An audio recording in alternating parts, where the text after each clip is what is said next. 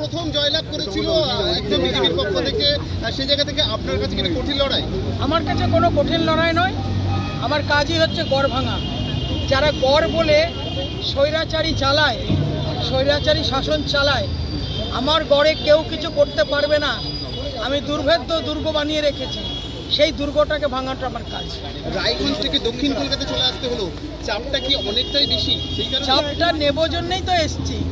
রায়গঞ্জের জেতা সাংসদ কতবার প্রিয়রঞ্জন দাসমুন্সির গড় ভেঙেছি, এবার তৃণমূলের গড় ভাঙবে। দিদি, দক্ষিণ কলকাতায় সাধারণ মানুষের দীর্ঘ সময় ধরে আপনি ঘুরছেন এবং পালস ঘুরছেন, কি মনে করছেন দিদি কোন জায়গায় সমস্যা এবং সেই সমস্যার সমাধান? দীর্ঘ সময় ধরে ঘুরছি না, গত 3 দিন আগে নাম ঘোষণা হয়েছে, গতকাল আমি উপস্থিত হয়েছি। আগে দীর্ঘ সময় আমি এই সময় জায়গায় কাজ করেছি। 8 বছর দক্ষিণ কলকাতা জেলার আমি অবজারভার হিসেবে রন্ধ্রে রন্ধ্রে কাজ করেছি। সেই জন্য আমি এখানকার সবার পালস জানি। এখানকার মানুষকে বোকা বানিয়ে রাখা, শুধুমাত্র ডেমোগ্রাফিক হিসাবে ভোট করিয়ে এনে জেতা, এইসব বন্ধ হওয়ার জিনিস। আপনার প্রতিদ্বন্দ্বী মালা রায় বলছেন যে আপনি রায়গঞ্জে আপনাকে দেখাই যেত না এবং সেই কারণে আপনাকে দক্ষিণ কলকাতা আবার পাঠানো হয়েছে এবং সেই জায়গা থেকে আপনার নামে একাধিক অভিযোগ করছে যে আপনাকে দেখাই যায় না নাকি রায়গঞ্জে।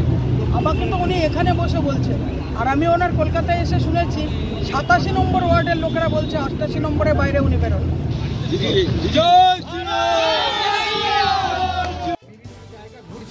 কি বুঝতে পারছি মানুষের ইয়েটা দেখুন, পালসটা দেখুন, উত্তেজনা দেখুন।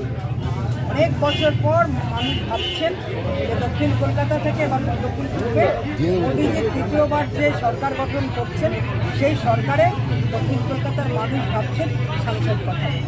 কি মনে হচ্ছে যে মানে কিরকম ভোটে আশা করছেন যে আপনি জিতবেন? এটা এখনো বলার সময় আসেনি কিরকম ভোটে। একটা ভোটে হলেও জেতা, 1 লাখ ভোটে হলেও জেতা। আমি বড় সংখ্যায় বিশ্বাস। সাড়া কিরকম পাচ্ছেন মানুষ? এই যে আপনারা দেখলেন এতক্ষণ, এইখানে এর আগে এরকম কখনো জনজোয়ার দেখেছেন কি? স্বতঃস্ফূর্ত জনজোয়ার, ছোট্ট কার্যক্রম, কোনো গাড়ি দিয়ে আনা নয়। এই যে প্রার্থীর সঙ্গে দেখা করতে আসার জন্য যে সকলের মধ্যে উদ্দীপনা, সেটা এর আগে দেখেছেন। মানুষ মোদীজির তৃতীয়বারের সরকারে সামিল হওয়াতে সবাই আগ্রহী।